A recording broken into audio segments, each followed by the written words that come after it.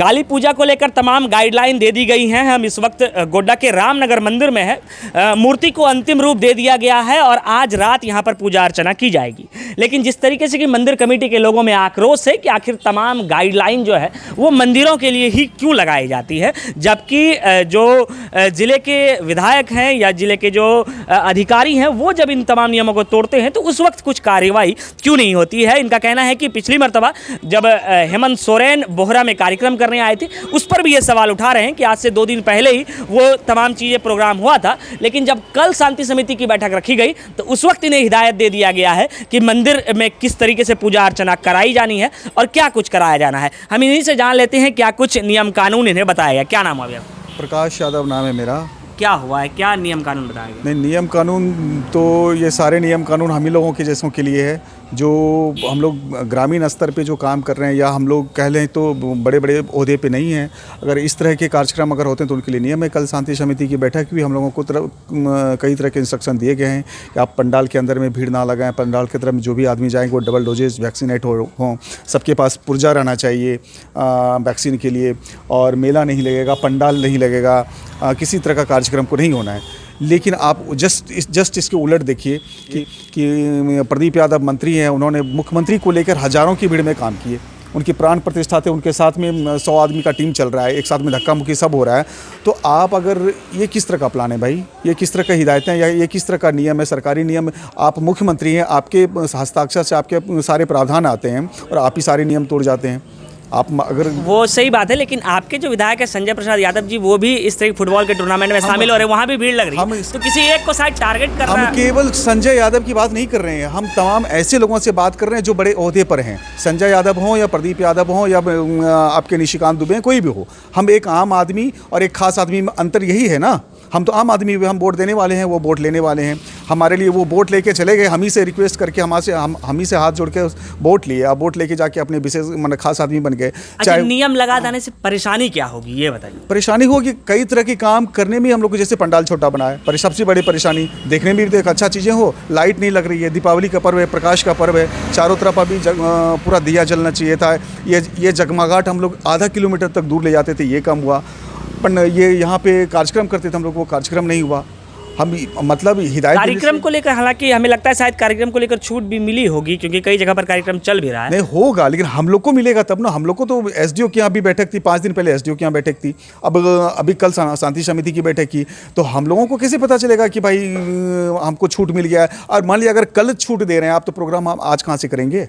Programme करने के लिए तो आदमी को कहना होगा, स्टेज बनता है, जो प्रोग्रामर होते हैं उनको बाहर से बुलाना पड़ेगा, हमको बुक करना पड़ेगा। ऐसी थोड़ी होता है क्या? हमारे यहाँ बहुत लोग बोल रहे हैं यार बिना कार्यक्रम का कैसा लगेगा, सुना है। तो उसके लिए हम लोग तब एक प्रावधान किए कि छोटा सा हम लोग एक अखंड कीर्तन करेंगे। उसमें भी हम लोग को लगा रहता है कि पता नहीं आएगा और उठा के ले जाएगा, क्योंकि कई तरह की हिदायतें हैं हम लोगों की। कहने का अर्थ है कि अगर आप नियम बनाते हैं, आप मंत्री हैं, मुख्यमंत्री हैं, जो भी हैं, हमारे और आप में फ़र्क दिख रहा है। कोविड के नियम के बावजूद, मतलब कोविड आपको नहीं हो सकता है, हमको होगा कोविड। कोरोना मंत्री देख के आया नहीं आएगा कि भाई ये मंत्री है, कोविड वहाँ नहीं जाएगा, कोरोना हम लोग को हो जाएगा कोरोना। तो ये चीज़ें ख़राब है। हालांकि इनके अंदर आक्रोश है। कुछ और ग्रामीण हैं जिनसे हम बातचीत कर लेते हैं कि आखिर कोविड नियमों को लेकर जो हिदायतें इन्हें दी गई है उनको लेकर इनका आक्रोश है। हालांकि अलग अलग मंदिर कमेटियों की क्या राय है वो भी हम आपको दिखाएंगे, क्योंकि इस वक्त हम पहले मंदिर में हैं। क्या कुछ निर्देश दिया गया और उससे परेशानी क्या हो रही है? गाइडलाइन तो सभी का एक समान होना चाहिए। कहीं प्रोग्राम हो रहा है, कहीं पे नहीं होने दे रहा है, ये तो गलत बात है। अच्छा, प्रोग्राम नहीं होगा तो दिक्कत क्या होगा ये बताइए? दिक्कत क्यों ना, हर एक साल प्रत्येक साल हो रहा था, इस बार नहीं हो रहा। तो ग्रामीण को देखने का मतलब एक होता है कि यहाँ प्रोग्राम हो रहा है, जागरण हो रहा है। तो शांति समिति की जब बैठक हुई तो उस वक्त आप लोगों ने क्यों नहीं कहा कुछ? उसमें भी बोला गया था, हम लोग को लगा नहीं प्रोग्राम नहीं होना है, यहाँ पे गाइडलाइन है।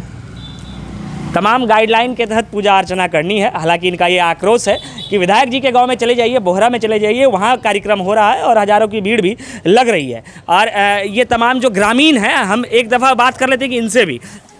मैं राखी टुडू, पड़ैया हाट, पूर्वी क्षेत्र संख्या 23 के तमाम क्षेत्रवासियों को दिवाली और छठ पर्व की ढेर सारी शुभकामनाएं।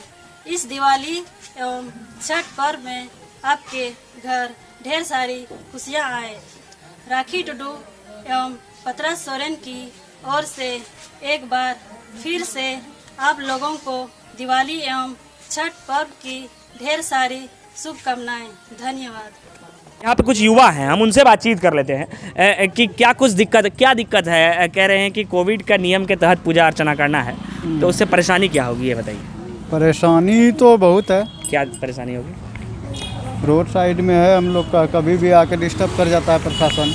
डिस्टर्ब क्यों करेगा? जब सब कुछ आप सही से कीजिएगा तो आपको डिस्टर्ब क्यों करेगा? नहीं ना करता है, सब चीज़ देखते हैं। गौरी दुर्गा मंदिर में क्या किया, लगा हुआ खुलवा दिया। ये दिक्कत है कि लगा हुआ कहीं खुलवा ना दे। तब अभी जहाँ मंत्री उंत्री रहता है ना, वहाँ कोरोना वोरोना आता नहीं है, बहुत दूर भागता है वो। तमाम लोगों का एक ही सवाल कि जहां मंत्री आते हैं वहां कोरोना दूर भाग जाता है, और इसी चीज़ों का जो आक्रोश है इनके अंदर है। हम अन्य मंदिर पंडालों में भी जाएंगे और वहां से भी आपको अपडेट्स देंगे कि आखिर वहां के जो लोग हैं वो इन तमाम चीज़ों पर क्या कहते हैं, इन गाइडलाइन पर क्या कहते हैं। तब तक के लिए हमारे साथ बने रहे और देखते रहे जिला टॉप। मैं माइकल टुडू, जिला परिषद प्रत्याशी पोड़ैयाहाट मध्य निर्वाचन क्षेत्र 22 से तमाम क्षेत्रवासियों को दीपावली और छठ पर्व का हार्दिक शुभकामनाएं और बधाई। मैं भावी जिला परिषद उम्मीदवार आप सबों से हाथ जोड़कर निवेदन है कि एक बार आपके क्षेत्र से जिला परिषद का उम्मीदवार भारी मतों से विजय बनाकर आप सबों को सेवा करने का अवसर प्रदान करें। आपका अपना भावी उम्मीदवार माइकल टुडू, ग्राम रघुनाथपुर, पोड़ैयाहाट।